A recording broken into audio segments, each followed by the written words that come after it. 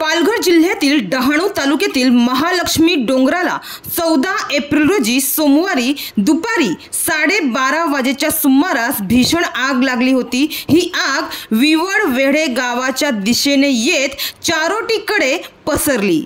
या आगीत डोंगराचा सुमारे 2 ते 3 किलोमीटरचा परिसर आगीच्या भक्ष्यस्थानी पडला। त्यामुळे मोठ्या प्रमाणावर वनसंपदेचे नुकसान झालं आहे। ही आग विझवण्यासाठी स्थानिक नागरिक व वन विभागाच्या कर्मचाऱ्यांनी प्रयत्न करून ही आग अखेर आटोक्यात आणली आहे।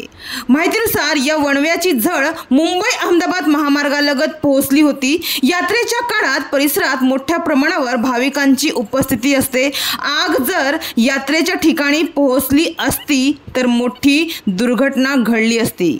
मात्र स्थानिक आणि वन विभागाच्या कर्मचाऱ्यांनी वेळेवर प्रयत्न केल्याने ही आग आटोक्यात आणण्यात आली आणि संभाव्य धोका टळला आहे। तर महालक्ष्मी डोंगराला लागलेली ही आग नैसर्गिक वणवा होता की कृत्रिम वणवा हे अद्याप स्पष्ट झालेलं नाहीये।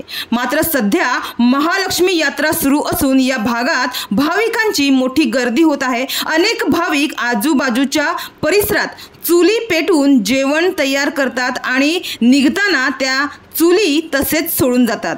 तसेच बिडी सिगारेट न विझवता ते फेकल्यास त्या आग लागण्यास कारणीभूत ठरत आहे आणि त्यामुळे आग लागण्याची शक्यता नाकारता येत नाही।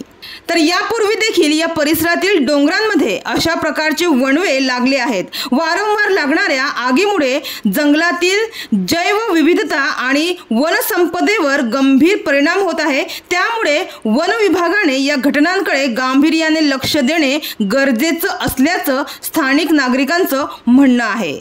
तर 14 एप्रिल रोजी आगीच्या या घटनेमुळे वनसंपदेचे मोठे नुकसान झालं असून भाविकांच्या सुरक्षेचा प्रश्नही उपस्थित झाला आहे।